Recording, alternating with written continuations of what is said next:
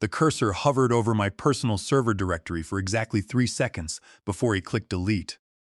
Preston Caldwell did not even look at me when he did it. He just kept that smug, self-satisfied grin plastered across his face while the confirmation dialogue flashed on his high-resolution screen. "You do not own this code," he said, his voice dripping with absolute condescension. The server icon blinked once, twice, then completely vanished from the network drive. That is exactly when everything in the facility went dark. Every monitoring screen in the logistics bay flickered to black. The deep hum of the routing servers in the adjacent room stuttered, choked, and then died completely. Someone down the hall screamed in frustration as their terminal locked up. Preston's face went from an arrogant, smug expression to a ghost-white mask of panic in under 2 seconds. And me? I simply closed my laptop, slid it carefully into my leather bag, and smiled. The entire corporate logistics database had just erased its active routing tables. Before anyone could process what was unfolding, I was already standing, my messenger bag secured over my shoulder, walking toward the exit doors like I had just finished a regular Tuesday afternoon shift. Behind me, sheer chaos erupted. Voices were overlapping, emergency phones were ringing incessantly, and someone was yelling frantically about secondary backup protocols. Preston sat absolutely frozen at his minimalist desk, his expensive mouse clicking frantically at a screen that showed nothing but a terminal error message in brutal red text. I did not look back. My name is Vance Harrington.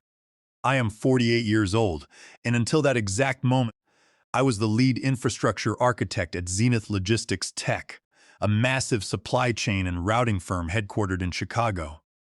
We specialized in real-time freight tracking and database synchronization for global shipping conglomerates.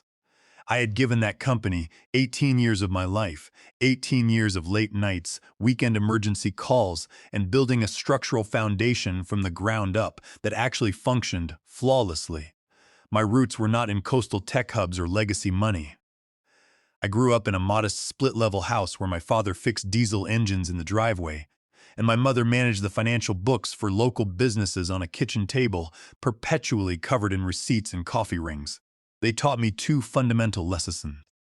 First, how to solve the complicated problems that absolutely nobody else wanted to touch. Second, how to remember what it felt like to actually need someone to give a damn about your work. That second lesson mattered significantly more than most corporate executives ever realize. True empathy is not a weakness in technology. It is the very core of good architecture. It is understanding that the intricate code you write at 2 in the morning directly affects the warehouse dock worker pulling a freight manifest at 2 in the afternoon. It is remembering that servers are not merely metal boxes humming in a climate-controlled room. They are the essential infrastructure for human beings trying to earn a living. Preston Caldwell never learned that lesson.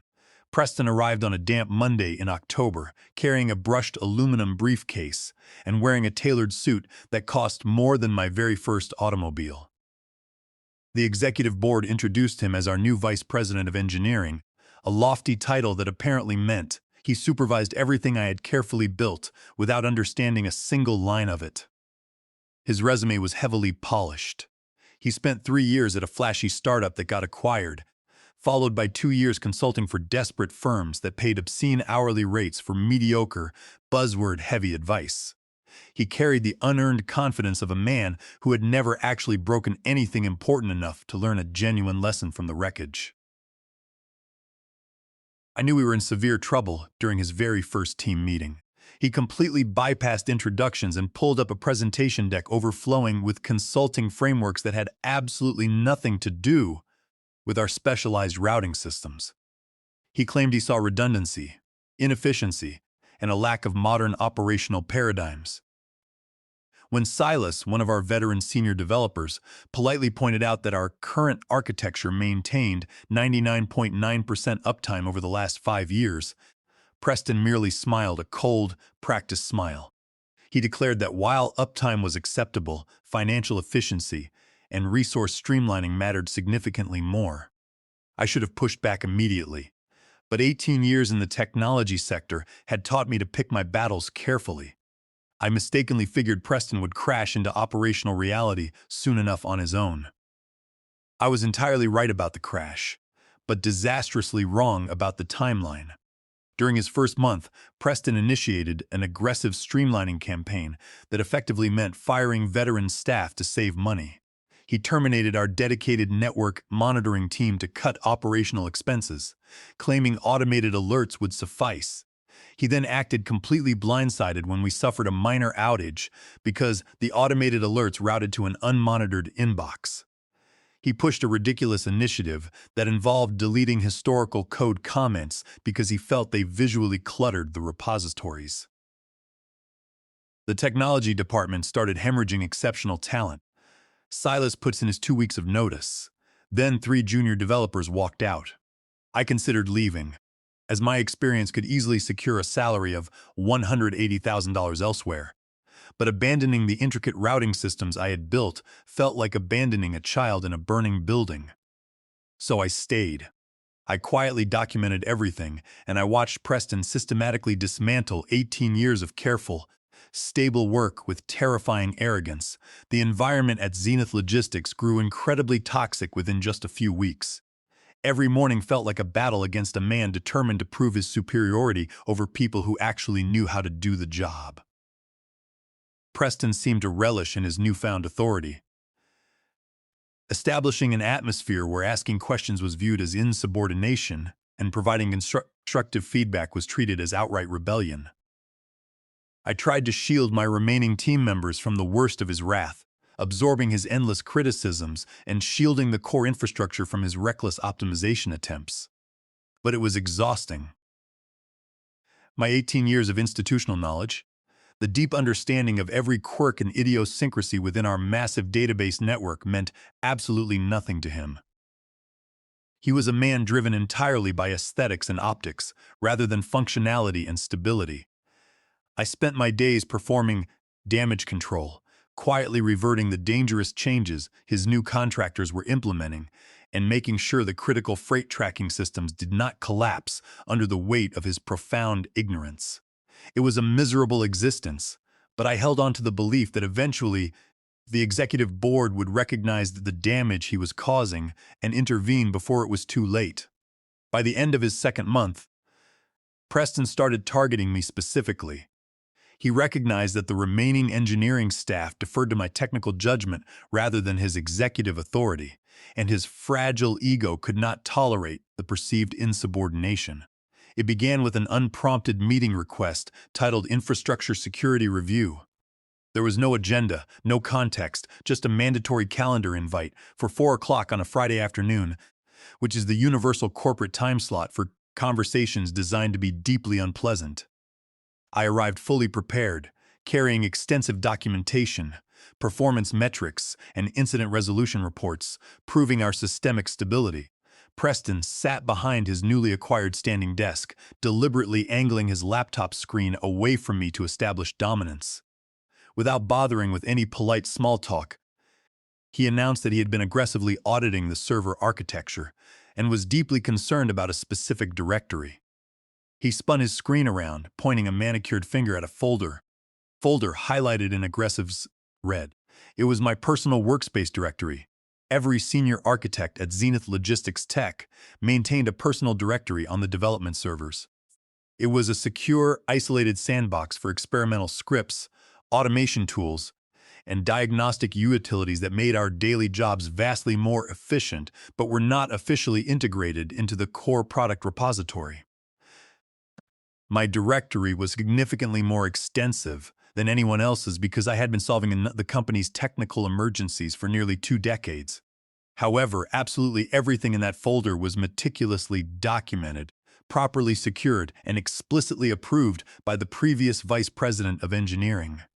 Preston tapped his screen aggressively, declaring the directory an unacceptable security vulnerability and a blatant violation of his newly invented corporate standards. He accused me of harboring unverified rogue code. The implication was intensely insulting. He was essentially accusing me of unprofessional conduct to justify a power grab. I kept my voice perfectly level, explaining that the folder contained vital automation scripts, database maintenance utilities, and automated backup verifications that were tightly integrated into our daily operations. I reminded him that all previous management had fully authorized its existence. Preston completely dismissed my explanation. He demanded a comprehensive, line-by-line audit of every single script, a robust written justification for why the directory needed to exist, and a formal migration plan to move any critical functions into his newly reorganized central repository. It was a pure intimidation tactic. He wanted me to waste weeks endlessly documenting tools that already functioned perfectly, fully intending to deny the migration requests and delete the tools anyway just to prove he could. I spent the next 2 weeks compiling 80 pages of exhaustive technical documentation. I mapped out every dependency, every automated task, and every background process tied to that directory. I explicitly warned him in writing about the specific, catastrophic risks of removing those tools, without a carefully phased transition period. Every single email I sent him containing this critical documentation bounced back with automated style, one-line dismissals. He claimed my reports were under review, but the system logs proved he never even opened the attached files. The breaking point arrived on a gloomy Thursday morning. I was in the primary physical server room, conducting a routine hardware diagnostic check when the heavy reinforced door swung open. Preston strutted in, followed closely by two stern-looking individuals in expensive suits whom I did not recognize. He introduced them as external corporate auditors, claiming he had scheduled a surprise compliance review of our localized infrastructure. I knew immediately this was a targeted ambush. He was desperately hoping they would find something compromising in my workspace to justify firing me with cause. I calmly unlocked my administrative terminal and stepped aside, gesturing for the auditors to proceed. I informed them that all access logs were pristine and every custom script was heavily documented. The external auditors spent 3 grueling hours combing through my directory. They scrutinized every utility, verified every permission protocol, and tested the security boundaries. When they finally concluded their exhaustive review, the lead auditor turned to Preston and clearly stated that there were absolutely no violations, no security risks, and no unauthorized data access. My workspace was perfectly compliant. Preston's jaw clenched so tightly I thought his teeth might shatter. The audit had failed to provide the ammunition he so desperately craved. After the external team departed, he cornered me in the narrow hallway outside the server room. He stepped aggressively into my personal space, his face flushed with barely contained rage. He informed me that regardless of the audit's findings, my personal directory was going to be eradicated. He called it a non-standard anomaly and insisted it defied his modernization vision. I reminded him, maintaining total professional composure, that several critical database synchronization processes relied on those exact scripts. I told him that abruptly deleting them would instantly fracture the automated workflows keeping the freight tracking system operational. He sneered, telling me to either adapt to his new management standards or find employment elsewhere. He then turned and stormed down the corridor, leaving me standing there with my pulse hammering against my ribs. I knew right then that Preston was not interested in modernization or security. He was exclusively interested in forced submission. That night, I went home, brewed a strong cup of dark roast coffee, and began reviewing my employment contracts, my initial intellectual property agreements, and the exact legal standing of the code housed in that disputed directory. The more I reviewed my original contracts, the clearer the path forward became. I was not just an employee who had written some helpful scripts. I was the sole creator of the core algorithm that kept Zenith Logistics financially solvent. When I joined the company 18 years ago, the logistics tracking systems were a fragmented disaster.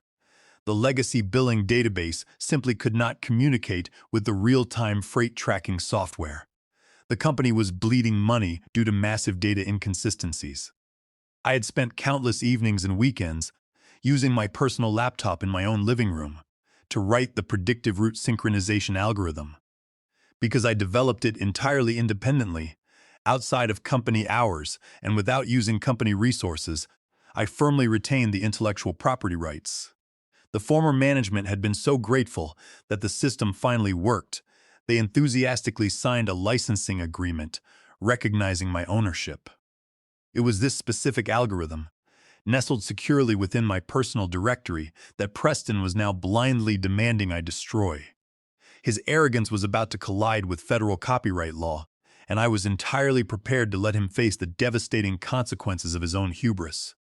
The fatal blow was delivered the very next morning.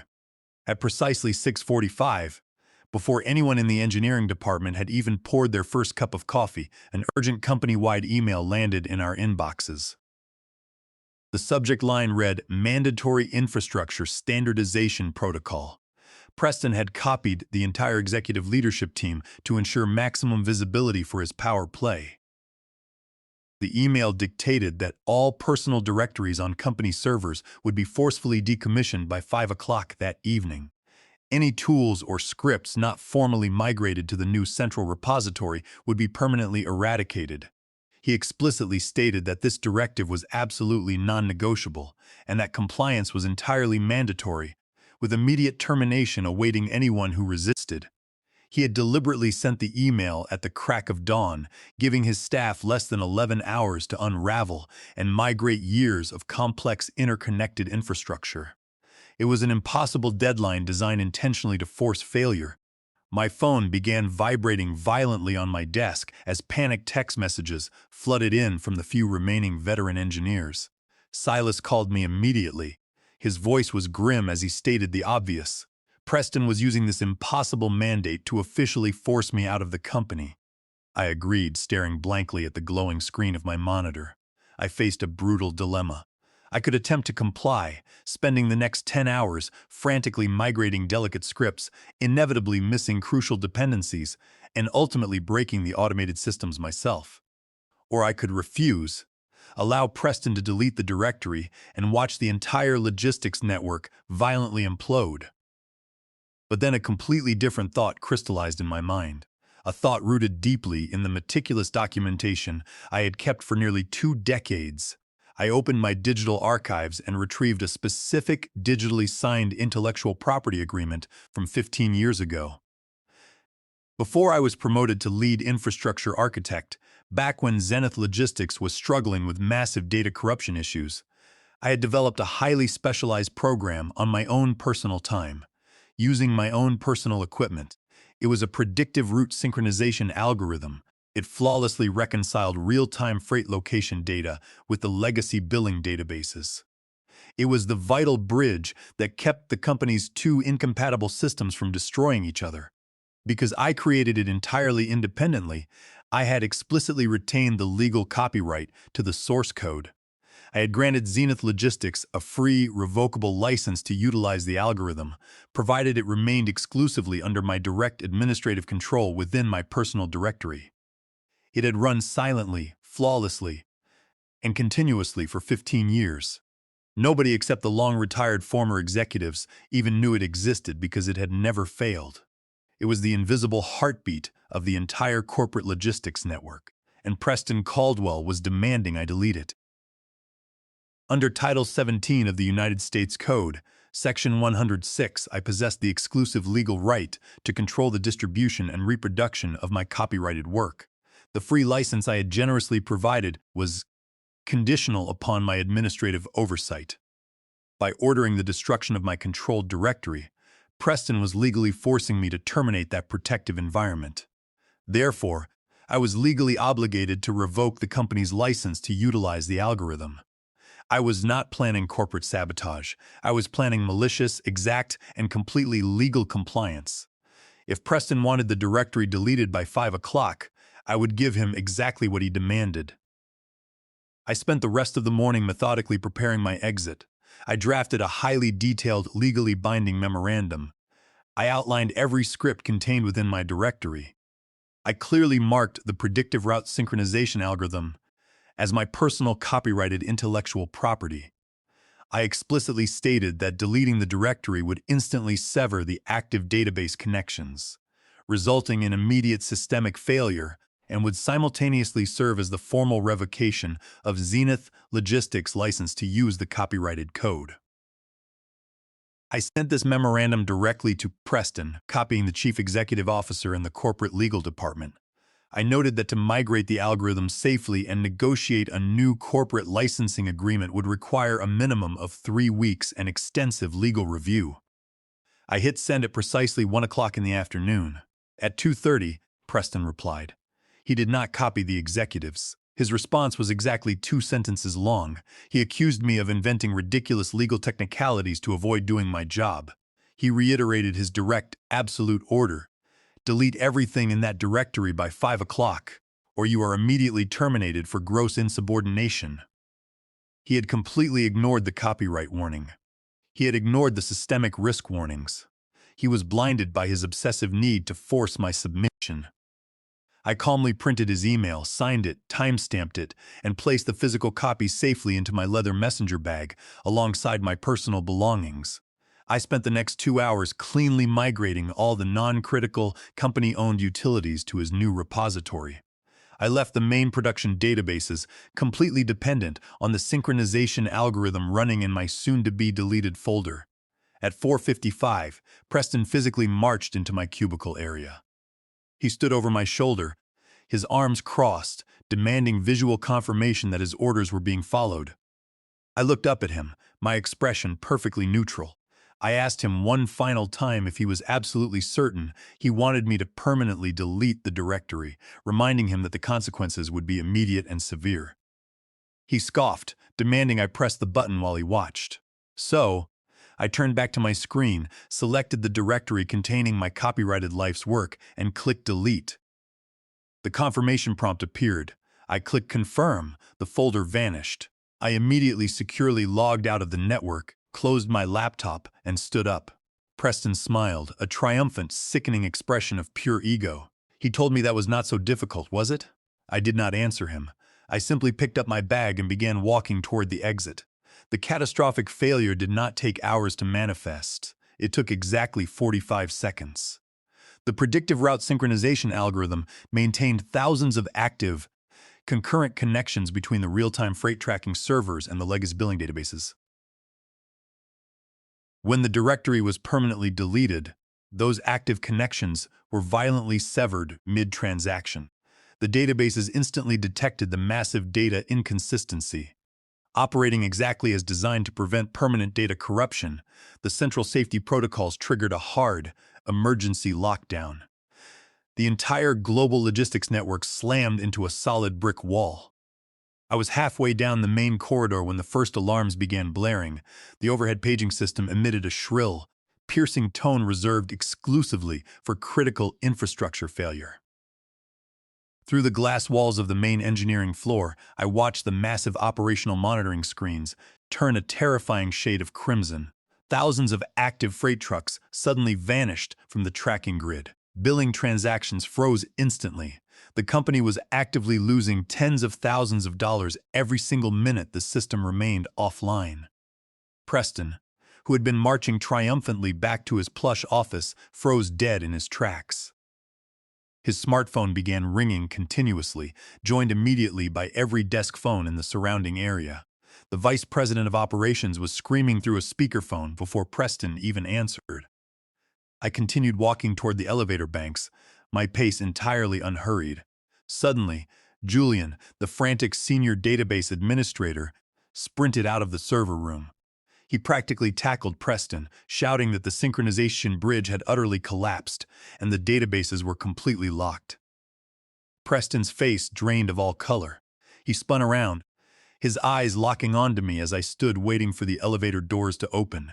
He sprinted toward me, demanding to know what I had done. I calmly replied that I had executed his direct, written orders to the exact letter. I had deleted the directory, and consequently, I had removed my copyrighted software from the company's servers. Preston ordered me to march right back to my desk and restore the directory immediately. I politely informed him that I no longer possessed the administrative access required to perform such a restoration, nor did I possess the desire to do so, as it was now 5 o'clock and my shift had concluded. Furthermore, I reminded him that Zenith Logistics no longer held a valid legal license to utilize my synchronization algorithm. Any attempt to restore or run that code without my explicit, written contractual permission would constitute a massive, direct violation of Title 17 of the United States Code, 6, Section 106. I informed him that the statutory damages for willful copyright infringement could reach $150,000 per instance, and considering the algorithm processed thousands of transactions a minute, the legal liability would bankrupt the company before Monday morning. Preston was hyperventilating. He screamed that the company owned everything I created on company time. I calmly reached into my bag, pulled out a pristine copy of the 15-year-old intellectual property agreement, signed by the former chief executive officer, and handed it to him. I watched his eyes scan the document. I watched the absolute terror wash over his features as he realized the catastrophic magnitude of his arrogant mistake. The elevator doors chimed and slid open. I stepped inside, turned around, and offered him a polite nod as the doors closed, leaving him standing in the hallway clutching the legal document that effectively ended his executive career. By the time I reached my vehicle in the parking garage, my personal cell phone was ringing. It was the current chief executive officer of Zenith Logistics. He sounded incredibly tense, but strictly professional. He asked me to explain the situation, cutting through Preston's frantic, blame-shifting narrative. I explained the sequence of events clearly, factually, and without any emotional embellishment. I detailed Preston's aggressive mandates, my repeated documented warnings, and the legal reality regarding the revoked software license under the federal copyright statute. The chief executive officer went completely silent for a long, heavy moment. When he finally spoke, his voice was dangerously quiet. He asked what it would take to legally relicense the algorithm and restore the logistics network to full operational capacity immediately. I outlined my terms from the driver's seat of my car. First, I required an immediate, massive expansion of the software licensing agreement, transferring full legal indemnity to the company while maintaining my absolute ownership. Second, I would not return as an employee. I would return exclusively as an independent contractor under a new corporate entity I would establish. My consulting rate would be $500 an hour, with a guaranteed minimum retainer of $50,000 a month for the first year. Third, I demanded Preston Caldwell's immediate unconditional termination with a signed document acknowledging that the system failure was entirely the result of his gross negligence and failure to heed documented engineering protocols. Finally, I required full administrative autonomy over the recovery effort, completely free from any internal management interference. The chief executive officer did not even hesitate. He agreed to every single term instantly, promising the legal contracts would be delivered to my inbox within the hour. He only asked how quickly I could stabilize the databases once the paperwork was signed. I drove home, brewed another pot of dark roast coffee, and waited. Exactly 42 minutes later, an encrypted email arrived from the corporate legal department containing all the required documentation, completely executed and legally binding. True to his word, the chief executive officer had authorized every demand. I digitally countersigned the contracts, formally reinstating a temporary emergency license for the predictive route synchronization algorithm, and immediately logged into the Zenith Logistics virtual private network from my home office. The recovery process was intense and brutal. The sudden termination of the database connections had left massive amounts of fragmented data trapped in virtual limbo. Working closely with Julian, who was profoundly relieved to have competent leadership back in control, I spent the next 28 hours meticulously untangling the locked database tables. We manually verified thousands of corrupted routing logs, carefully clearing the automated safety locks one by one. I deployed a fresh, highly optimized version of my copyrighted algorithm, housing it securely in a properly fortified, legally designated repository. By early Sunday morning, the global freight tracking grid was fully synchronized, and the billing systems were successfully processing the massive backlog of transactions. When Monday morning finally arrived, the atmosphere at Zenith Logistics was drastically altered. I walked into the corporate headquarters not as a weary employee, but as the company's highest-paid external technical consultant. The executive floor was tense and quiet. Preston Caldwell's spacious corner office was already completely empty. Security had unceremoniously escorted him out of the building late Friday evening, effectively terminating his career in the logistics technology sector. The devastating paper trail of my warnings, combined with his blatant disregard for federal copyright liability under Title 17 of the United States Code, Section 106, made it impossible for him to negotiate any form of severance package. He was simply erased from the corporate structure, much like the directory he had so arrogantly demanded I delete. The aftermath fundamentally reshaped the engineering department. The chief executive officer, terrified by how close the company had come to total operational and legal ruin, mandated a sweeping overhaul of technical management. The new directive explicitly required executive leadership to possess actual verifiable engineering experience before making infrastructural decisions. I spent the next 3 months working closely with Julian and the remaining veteran staff, utilizing my exorbitant consulting fees to rebuild the team properly.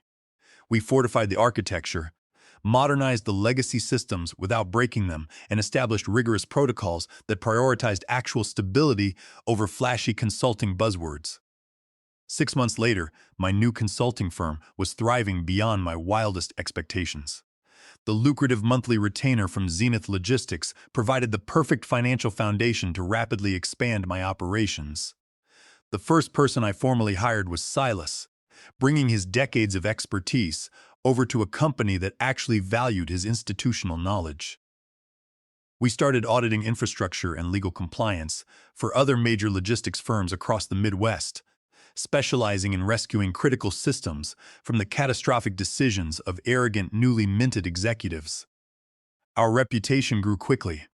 We became known as the team that could fix the problems nobody else understood, and we charged a massive premium for the privilege. Looking back on that chaotic Friday, I realized that Preston Caldwell unintentionally handed me the greatest opportunity of my entire professional life. He thought he was asserting dominance, demanding the destruction of a simple digital folder to stroke his fragile ego. He never bothered to understand the complex ecosystem he was aggressively dismantling, nor did he respect the severe legal boundaries protecting intellectual property. He learned the hardest possible way that genuine authority in the technology sector does not come from tailored suits, expensive briefcases, or aggressive email mandates. It comes from deep, practical understanding, hard-earned experience, and the quiet, absolute power of knowing exactly how everything fundamentally works. Sometimes, late at night, while reviewing a new client's vulnerable server architecture, I will inevitably find it. I will discover a hidden, ancient personal directory containing the vital, undocumented scripts holding a massive corporate network together. When I find them, I do not order them deleted. I carefully document them, trace their dependencies, and ensure the engineers who built them are properly protected and compensated. I make certain that the invisible architects of the digital world are finally acknowledged. Because if there is one thing that entire ordeal taught me, it is that forcing a seasoned engineer to strictly comply with a foolish order is the fastest, most legally devastating way to destroy a company. And if you push hard enough, they will just smile, pack their bags, and let the entire system erase itself.